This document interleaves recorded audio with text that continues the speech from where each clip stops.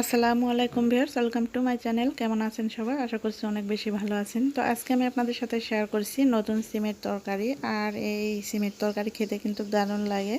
তো রেসিপিটি যদি ভালো লাগে একটা লাইক দিয়ে আমার চ্যানেলের পাশে থাকবেন। আর যারা নতুন আছেন তারা আমার চ্যানেলটিকে সাবস্ক্রাইব করে পাশে থাকা বেল আইকনটি প্রেস করে দিবেন। আর যারা অলরেডি করে দিয়েছেন তাদেরকে অসংখ্য অসংখ্য ধন্যবাদ। তো রেসিপিটি বানানোর জন্য চুলায় একটা প্যান বসে এখানে 3 টেবিল চামচ তেল দিয়েছি।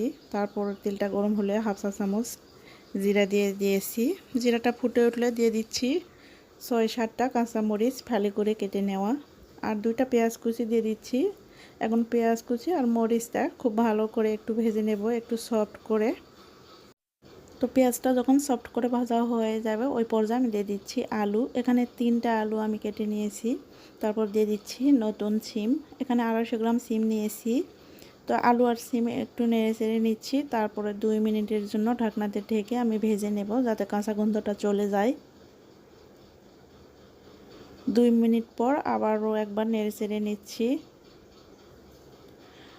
এখন এখানে দিয়ে দিচ্ছি হাফ চা চামচ হলুদ গুঁড়া, হাফ চা চামচ দিয়ে দিচ্ছি জিরার গুঁড়া, সামান্য পরিমাণ দিয়ে দিচ্ছি লাল মরিচের গুঁড়া, স্বাদ অনুযায়ী লবণ দিয়ে দিচ্ছি।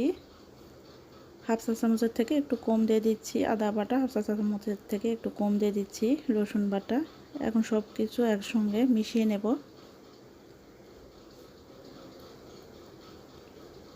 তো নতুন এই সিমের তরকারি কিন্তু খেতে দারুণ লাগে।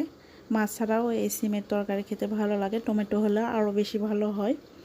তো এখন ঢাকনাতে ঢেকে আমি 3 মিনিট মশলার সঙ্গে কষিয়ে নেব। তো 3 মিনিট পর আবারও একবার নেড়ে চেড়ে নিচ্ছি।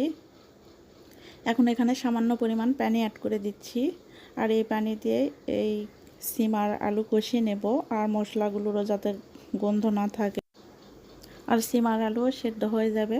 তো ঢাকনাতে ঢেকে আমি 3 মিনিট রান্না করে নিলাম। তো পানিটা টেনে যাওয়া পর্যন্ত আমি রান্না করে নিয়েছি। তো সামান্য গায়ে গায়ে একটু পানি আছে, তারপরে একটু নেড়ে চেড়ে নিচ্ছি, আর কয়েকটা আলু আমি ভেঙে দিচ্ছি। তো আলুগুলো কিন্তু সেদ্ধ হয়েছে। এখন এখানে ঝোলের জন্য আমি পানি দিয়ে দেব 1.5 কাপ।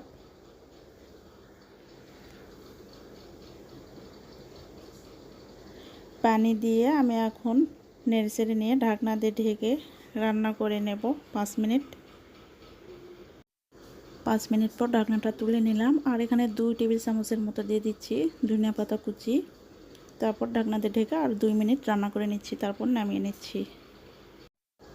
তৈরি হয়ে গেল নতুন সিম আলুর তরকারি।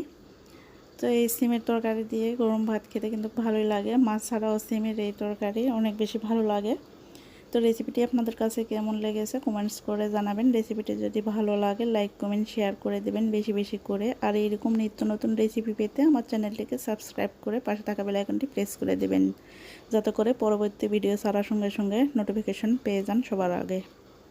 তো আজকে এখানে বিদায় নিচ্ছি। সুস্থ থাকবেন, ভালো থাকবেন। আল্লাহ হাফেজ।